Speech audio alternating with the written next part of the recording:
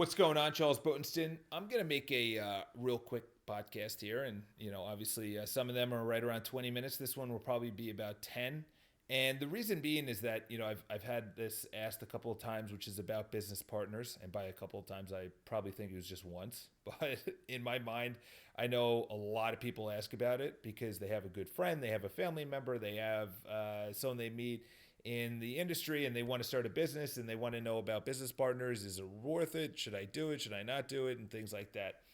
This is the biggest thing with business partners is when you have a business partner, one of them needs to be the visionary. Okay, so we'll just break it down real quick. I have a video about this. Go check that out. It's CEO, COO, and CFO. That's pretty much the gist of it. But the CEO is essentially the guy that makes it rain, the executive officer, the visionary, the person that goes out and makes it rain, I mean, in sales. And he's the one that's the visionary. This is where we're taking the company. The COO is the operations officer, the person that does the day to day, the hiring, the firing, that sees the goals, makes sure that everything is hit. The CFO sees the numbers, sees what's working, makes suggestions, and then it's talked about, and then the CEO implements it. So that's the biggest thing is you need to have someone that is if you so I am a CEO, all right? Like yeah, like I own a company, but I mean a CEO in the fact that it is like I'm the visionary. I am not a day-to-day person. I hate thinking day-to-day. I am the long-term visionary thinker. I'm the person that wants someone else to implement everything, and I'll just say, why is this implemented? Why is this not implemented? And essentially, I think that's going to be one of the biggest hires in probably about 2 years is a COO. So like a visionary, someone that does what I don't want to do, but knows where we are going. And that starts literally at the top with me. So if you are in sales, you like sales, then you're the CEO. You can't have two CEOs. Why? Because that's two visionaries. When you have two visionaries, you think, oh yeah, this is a visionary, that's a visionary, you talk about it, and then you'll have one big vision. No, that's not how it works. Visionaries have their own vision. They see themselves as the best vision, and it's really hard. And then you have two COOs, which are two people that love managing, that love doing day-to-day things, that love to doing the tasks that nobody else wants to do. But the problem is, no one's actually out going out getting sales. Or two people are programmers, but no one's going out to get sales. No one's making it rain. Nobody has a vision of the future. Nobody understands that you need, as Peter Drucker says, innovation and marketing. That's the only way that someone think of how many companies have failed because they failed to innovate. But this is the thing, as Grant Cardone talks about, don't talk about the bottom and the top line. Think about the top line. The bottom line you can always change. You can always cut things out. The top line, you can't just immediately add sales. Always think, don't decrease the goal, increase the activity, increase the amount of sales calls you're making, increase the amount of prospecting you're doing, increase the amount of follow-up, the amount of lead generation that you're doing. Increase that. That is the cure-all. Sales is the cure-all. Action is the cure-all. It's not waiting, it's not maintaining, it's not sitting back. It's about being proactive, not reactive. And if you have two people that are proactive, those are two people that are operators, that are out on the front lines, and they're the ones that are like, this is where we need to go, and they're guiding the company. One thing that I always say in my morning routine, which is resistance is my compass. Whatever resists persists, as Tony Robbins talks about. I say resistance is essentially not, obviously resistance, whatever you resist persists. But the thing is, if you have two COOs, how are you going to get sales? What are you going to do? And then I know what you're thinking. Oh, I'm just going to market. Okay, great. You're going to market, but you need to close the business. You need to maybe go out and get VC or angel funding. Like someone needs to go out and be the face of the company. It's really hard. Give me two, like you'll have Wozniak and Jobs.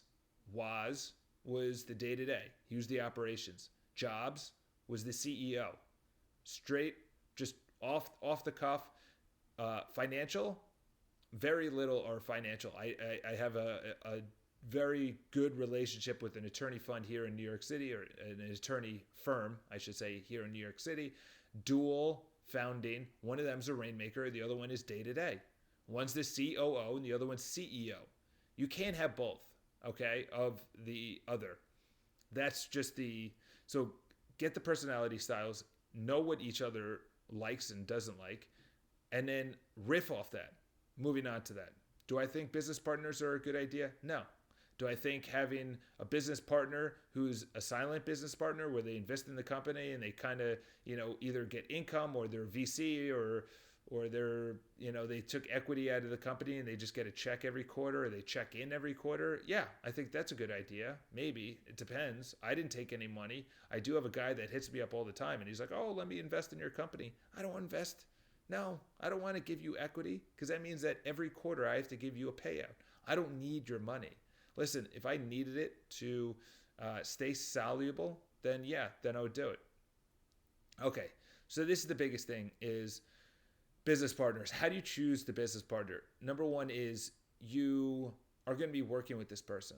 You're going to be, it's really, really hard because you may like them and you may want to do business with them, but actually going into business with them is a totally different beast. Why? Because you could be working your ass off and they want to take off weekends.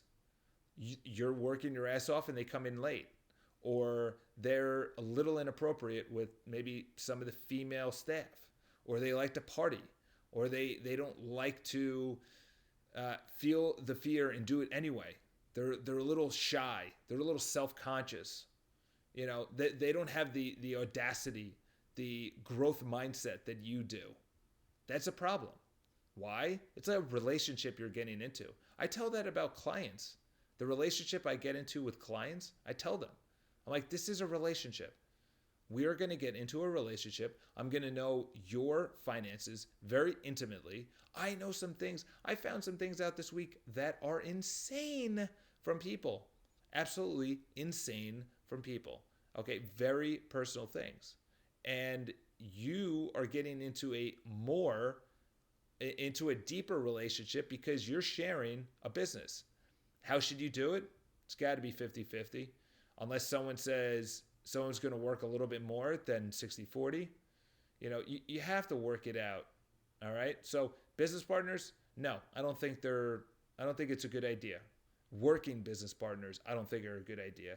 If you need to take VC, if you need to send out capital because you don't have it, if you need to get an influx of cash to grow because you have so much business, that's a little bit different.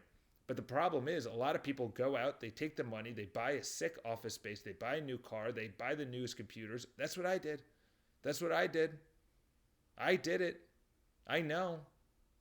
And then a year later, I was struggling for cash because we were growing. I needed cash and I didn't want to go out for funding. So, that's my 2 cents on it. Business partners, I think it's only a good idea if one of them is going to be day-to-day and the other one's going to be the visionary. Number 2 is it's 50-50. You work 100%, I work 100%. All right? So if you have any questions with this, I hope this helps.